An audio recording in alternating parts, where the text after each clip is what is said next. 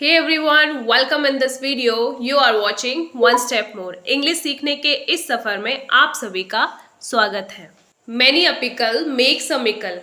कहते हैं बूंद बूंद से घड़ा भरता है। ये कहावत तो आपने सुनी ही होगी। जिस तरह से बूंद बूंद से घड़ा भरता है उसी तरह से हर रोज इंग्लिश सीखने से आपकी इंग्लिश इम्प्रूव हो जाती है और हर रोज इंग्लिश बोलने से आपकी स्पोकन इंग्लिश इम्प्रूव हो जाती है।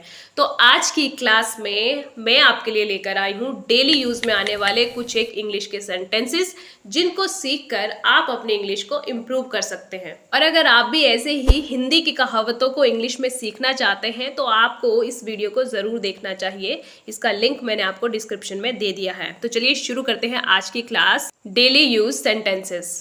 अगर आपको बोलना है आप बिल्कुल भोले हैं तो इसे इंग्लिश में बोलेंगे you are so innocent. You are so innocent. So का मतलब होता है वैसे तो बहुत, लेकिन यहाँ पर सो का मतलब है बिल्कुल। इनोसेंट, इनोसेंट का मतलब होता है भोला या मासूम। आप बिल्कुल भोले हो, यू आर सो इनोसेंट। वह बिल्कुल भोला है, ही इज सो इनोसेंट। वह बिल्कुल भोली है, शी इज सो इनोसेंट। मैं बिल्कुल भोला हूं, आई एम सो इनोसेंट। तो ऐसे ही आप एक सेंटेंस से बहुत सारे सेंटेंस भी बना सकते हैं। नेक्स्ट सेंटेंस है अपने दिल की बात सुनो। इसे इंग्लिश में बोलेंगे ट्रस्ट योर हार्ट, और ऐसे भी बोल सकते हैं लिसन टू योर हार्ट। दोनों ही सही है। आप ट्रस्ट योर हार्ट बोल सकते हैं, लिसन टू योर हार्ट बोल सकते हैं, दोनों करेक्ट है। ओके, अपने दिल की बात सुनो। Trust your heart, listen to your heart. वो घर पर नहीं है, he is not at home. He is not at home. वह घर पर नहीं है। मैं घर पर नहीं हूं, I am not at home. At का मतलब होता है पर, और होम, होम का मतलब होता है घर। अगर आपको बोलना है मुझे पता है या मैं जानता हूं तो इसे आप इंग्लिश में बोलेंगे I know. I know. Know का मतलब होता है पता होना या किसी चीज को जानना, है ना। जब आपको कोई चीज पता होती है तब आप बोलते हो आई नो। तुम कितने अच्छे हो, इसे आप इंग्लिश में बोलेंगे हाउ नाइस ऑफ यू।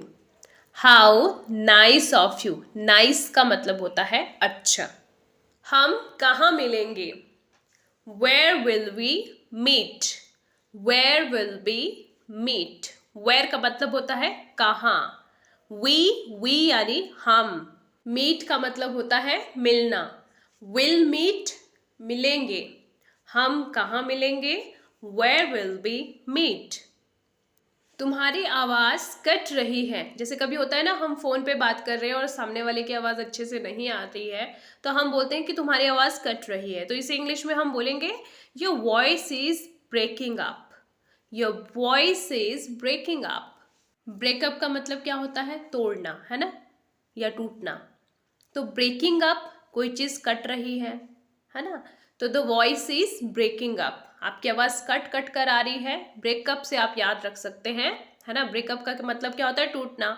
तो वॉइस के टूटने को, कट के आने को क्या बोलेंगे, breaking up. Your voice is breaking up. आपकी आवाज टूट कर या कट कर आ रही है। ओके, यहाँ तक क्लियर। चलिए आगे चलते हैं। जैसे हम कभी बोलते हैं क्या सही है, जैसे आपको कोई पता नहीं होता है और आपको जानना है कि क्या सही है, तब आप इसे इंग्लिश में कैसे बोलेंगे, आप बोलेंगे what is right. What is right. Right का मतलब होता है सही, व्हाट का मतलब होता है क्या। मुझे बताओ, tell me. Tell me. Tell का मतलब होता है बताना, मी मुझे, उसे बताओ, टेल हिम। अब आप ये दोनों सेंटेंसेस को इकट्ठा कर सकते हैं। कैसे, क्या सही है मुझे बताओ, what is right tell me. What is right tell me. तो ऐसे ही आप छोटे छोटे सेंटेंसेस को जोड़कर बड़े सेंटेंसेस भी बना सकते हैं। तो पहले आपको छोटे छोटे सेंटेंसेस को इंग्लिश में बोलने की प्रैक्टिस करनी है। जब आपको छोटे छोटे सेंटेंसेस बोलना आपने सीख लिए तो बड़े सेंटेंसेस को आप अपने आप ही जोड़ लोगे और वो आपको आ ही जाएगा। लेकिन पहले आप छोटे छोटे सेंटेंसेस पर फोकस कीजिए और उन्हें इंग्लिश में बोलने की कोशिश कीजिए। जैसे कभी आप किसी चीज से परेशान हो जाते हैं तो आप ऐसे अक्सर बोलते हैं हद हो गई, तो इसे आप इंग्लिश में क्या बोलेंगे? This is too much. This is too much. Too much का मतलब वैसे होता है बहुत ज्यादा, यहां पर इसका मतलब है हद। हद हो गई, दिस इज टू मच। जब कोई चीज बहुत ही ज्यादा हो जाती है तब हम बोलते हैं हद हो गई, है ना। तो मतलब एक ही है कि या ये चीज बहुत ज्यादा हो गई है या हद हो गई है, मतलब दिस इज टू मच। जब आपको कोई चीज पूरी नहीं होती है तो आप क्या बोलते हैं? काफी नहीं है, तो इसे इंग्लिश में कैसे बोलेंगे? Not enough. Not enough. Enough का मतलब होता है काफी। काफी यानी कोई चीज पूरी है, इनफ है ना, काफी है। नॉट इनफ, काफी नहीं है। अब क्या करें, इसे इंग्लिश में बोलेंगे what to do now. What to do now. What का मतलब मैंने आपको पहले भी बताया, व्हाट का मतलब होता है क्या, है ना। डू का मतलब होता है करना, किसी चीज को करना। नाउ का मतलब होता है अब क्या करें? What to do now. काफी नहीं है, अब क्या करें? Not enough, what to do now. Not enough, what to do now. देखिए यहाँ पे भी दो छोटे छोटे जो सेंटेंस है उनको जोड़कर एक बड़ा सेंटेंस बन गया। तो ऐसे बहुत से शॉर्ट सेंटेंसेस होते हैं जो हम अपनी डेली लाइफ में यूज करते हैं। अगर एक बार हम उन्हें रट लें तो उनके थ्रू ही हम आधा से ज्यादा इंग्लिश तो ऐसे ही बोलना सीख जाएंगे। यह फटा हुआ है, जैसे कोई शर्ट फटी है, शूज फटा है, सॉक्स फटी है ना। किसी चीज के फटने को हम इंग्लिश में क्या कहते हैं? टॉर्न। यह फटा हुआ है, it is torn. It is torn. अरे नहीं, हम कभी बोलते हैं ना अरे नहीं, तो इसे इंग्लिश में बोलेंगे ओ नो। ओ का मतलब होता है अरे, नो यानी नहीं। अरे नहीं, ओ नो। अब इन्हीं से लॉन्ग सेंटेंस बन जाएगा, जैसे अरे नहीं यह फटा हुआ है, अब क्या करें? Oh no it is torn, what to do now. देखा, बन गया ना लॉन्ग सेंटेंस। और ऐसे ही छोटे छोटे सेंटेंस को जोड़ के आप इतनी बड़ा सेंटेंस बोल रहे हो, ऐसा लग रहा है कि जैसे आपको पता नहीं कितनी इंग्लिश आती है। ऐसे ही आप डरते रहते हैं। हाँ, चलिए अगला सेंटेंस सीखते हैं। थोड़ा रुको। हम बहुत बार इस सेंटेंस को बोलते हैं थोड़ा रुको। इसे इंग्लिश में बोलेंगे wait a little. Wait a little. Wait का मतलब होता है रुको या इंतजार करो। लिटल यानी थोड़ा। थोड़ा इंतजार करो, थोड़ी प्रतीक्षा करो, थोड़ा रुको। इन सब के लिए आपको एक ही सेंटेंस याद रखना है। क्या बोलेंगे? Wait a little. Wait a little. आसपास पूछो। Ask around. Ask around. Around का मतलब होता है आसपास। आस्क, आस्क का मतलब होता है पूछना। आसपास पूछो, आस्क अराउंड। उसे पूछो, आस्क हिम। मुझे पूछो, आस्क मी। यहां पूछो, आस्क हियर। वहां पूछो, आस्क देयर। तो ऐसे अगर आपको छोटी छोटी वोकेबलरी आती है तो आराम से आप छोटे सेंटेंस तो बना ही लेंगे। अब अगर आपको बोलना है थोड़ा रुको और आसपास पूछो, इसे इंग्लिश में बोलेंगे wait a little and ask around.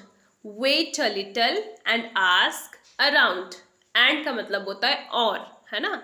तो हमने दो सेंटेंस को एंड लगाकर जोड़ दिया, wait a little and ask around. मैं पता लगा ही लूंगा, इसे इंग्लिश में बोलेंगे I will find it out. I will find it out. Find out का मतलब होता है किसी चीज का पता लगाना। यहां ध्यान दो, इसे इंग्लिश में बोलेंगे फोकस हियर। Focus here. ध्यान देने को इंग्लिश में कहते हैं फोकस।